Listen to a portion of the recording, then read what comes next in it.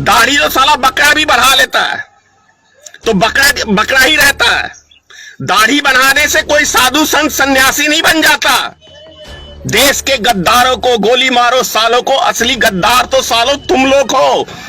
इन हरामियों को तो दौड़ा दौड़ा के जूते से मारना चाहिए, ऐसे लोभी सत्ता के भेड़ियों को।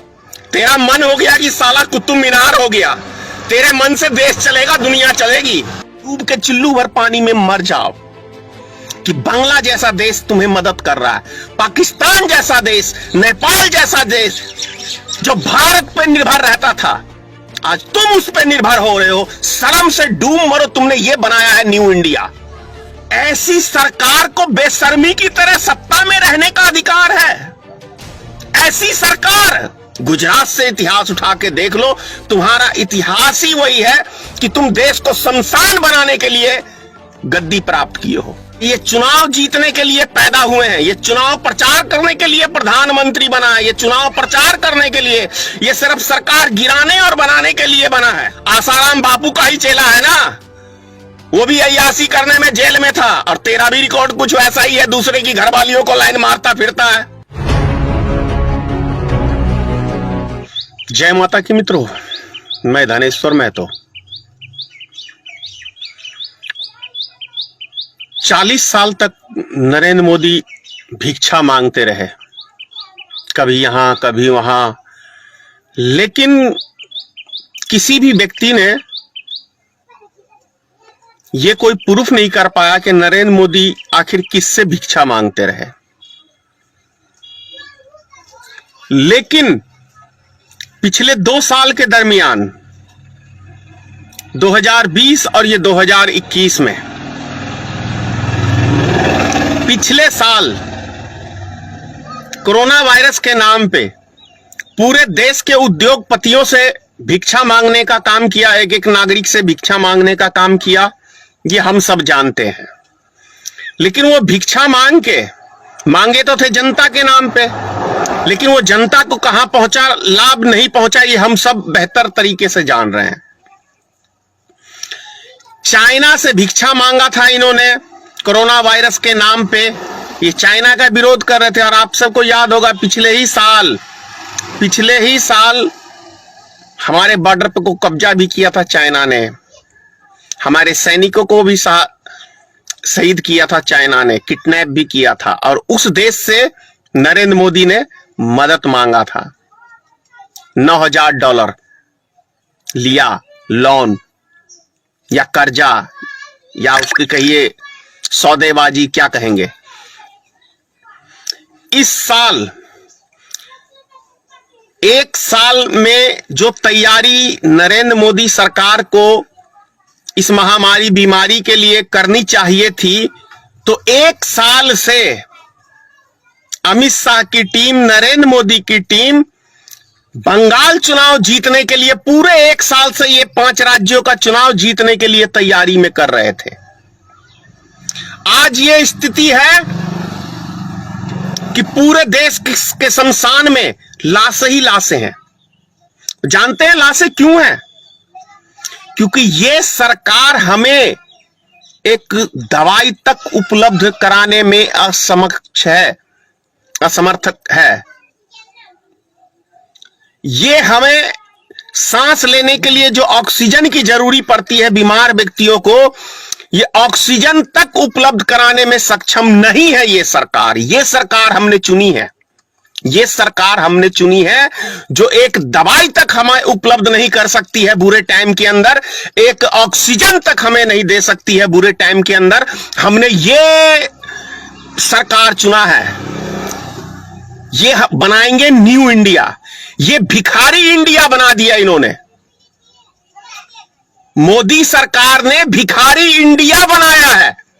आज समूचे देश कह रहा हूं मैं, समूचे विश्व से ये व्यक्ति भीख मांगता फिर रहा है।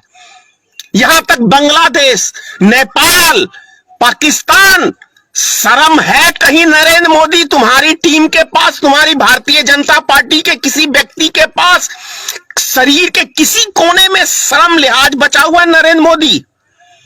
अगर बचा है तो डूब के चिल्लू भर पानी में मर जाओ कि बांग्ला जैसा देश तुम्हें मदद कर रहा है, पाकिस्तान जैसा देश, नेपाल जैसा देश जो भारत पर निर्भर रहता था, आज तुम उस पर निर्भर हो रहे हो। शर्म से डूब मरो, तुमने ये बनाया है न्यू इंडिया। ऐसी सरकार को बेशर्मी की तरह सत्ता में रहने का अधिकार है। ऐसी सरकार, तुमने पिछले साल मुसलमानों को बदनाम करने का काम किया था कि यह कोरोना वायरस मुसलमानों ने विदेश से लाके फैलाया, याद है? तो इस साल जो तुमने झूठ बोला, उसी का प्रकोप पूरा भारत भुगत रहा है और सबसे ज्यादा हिंदू समाज के लोग भुगत रहे हैं, क्योंकि ये लाशें मुसलमानों की नहीं बिछ रही हैं, ये लाशें शमशान घाट के अंदर हिंदू भाइयों की हैं। हिंदू भाइयों की लाशें बिछ रही हैं, लाइन लगी हुई है लाशों की। ये कुकर्म जो नरेंद्र मोदी तुम्हारी टीम ने किया है, तुम्हारे आरएसएस के ग्रुप ने किया है, एक किसी जाति विशेष को बदनाम करके, वो प्रकोप कुदरत का आज हिंदुस्तान की जनता भुगत रही है। ये कड़वी सच्चाई बता रहा हूं। भगवान के घर में जाने से प्रतिबंध लगाने का काम किसी दूसरी सरकार ने नहीं किया है। ये तुम्हारे जैसे शैतानी माइंड हो अमित शाह और नरेंद्र मोदी, शैतान हो ही तुम, तुम्हारा रिकॉर्ड ही शैतान का है। तुमने कभी मानवता की नहीं, मानवता तुम हो ही नहीं, मनुष्य तुम हो ही नहीं। तुम्हारा नीचे से ऊपर तक शरीर के अंदर एक एक कतरा जो है वो शैतानी माइंड का है कतरा। तुम जब लाशें ही देखते हो देश के अंदर, तभी तुम्हें चैन आता है, क्योंकि इतिहास तुम्हारा वही है। गुजरात से इतिहास उठा के देख लो, तुम्हारा इतिहास ही वही है कि तुम देश को शमशान बनाने के लिए गद्दी प्राप्त किए हो, और वो अभी नजारा देखने को हमें मिल रहा है। समझने की जरूरत है कि ये चुनाव जीतने के लिए पैदा हुए हैं, ये चुनाव प्रचार करने के लिए प्रधानमंत्री बना है, ये चुनाव प्रचार करने के लिए, ये सिर्फ सरकार गिराने और बनाने के लिए बना है, देश चलाने के लिए नहीं है। देश इनके पुरखों ने नहीं चलाया तो ये क्या चलाएंगे? तुम्हारे किसी पुरखों ने नहीं कोई समाज को चलाया तो तुम्हारे हाथ में ये सत्ता मिल गई है, तो तुम्हारे बस का कहां है? तुम्हारे दिमाग में तो है हिंदू मुसलमान कचरा। तुम्हारी शासन काल में ना दिल्ली में पिछले साल दंगा हुआ था, और तुम ही लोग ने करवाया था दंगा।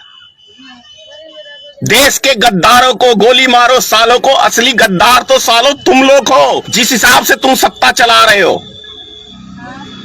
हरामी सब पूरे देश का सिस्टम बिगाड़ के धर दिया है। देश का एक एक नागरिक आज कोई अमन चैन से नहीं है, पूरे देश की जनता को दहशत में डाल दिया इस कोरोना वायरस में। और जब ये इतनी महामारी है, हर दिन 3 लाख 4 लाख जब ये मरीज निकल रहे हैं, तो इसका मतलब देश में एक एक व्यक्ति को कोरोना हो जाना चाहिए, ऐसा अब्बा उड़ाया है। और जिस परिवार में उस परिवार के एक एक सदस्य को होना चाहिए, नहीं है ना। इसका मतलब तुम इस देश को दहशत में डाल के अपनी दाल रोटी सेकना चाहते हो। कोई महामारी नहीं है। जितने भी हिंदुस्तान के अंदर मौतें हुई हैं वो दवाई के बिना हुई है, इलाज के बिना हुई है। सिर्फ एक महामारी करके हॉस्पिटल में जब इलाज ही नहीं होगा तो आदमी तो मरेगा।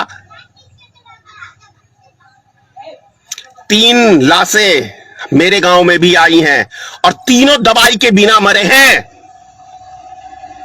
दिल्ली में इलाज नहीं हुआ उनका,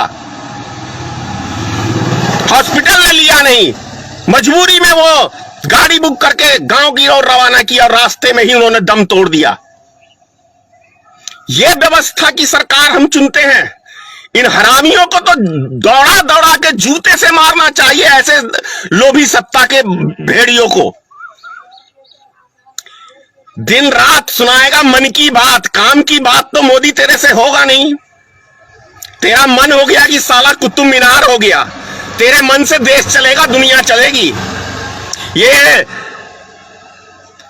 दाढ़ी तो साला बकरा भी बढ़ा लेता है, तो बकरा बकरा ही रहता है। दाढ़ी बनाने से कोई साधु संत सन्यासी नहीं बन जाता। ढोंगी प्रधानमंत्री आसाराम बापू का ही चेला है ना, वो भी अय्यासी करने में जेल में था, और तेरा भी रिकॉर्ड कुछ वैसा ही है, दूसरे की घरवालियों को लाइन मारता फिरता है।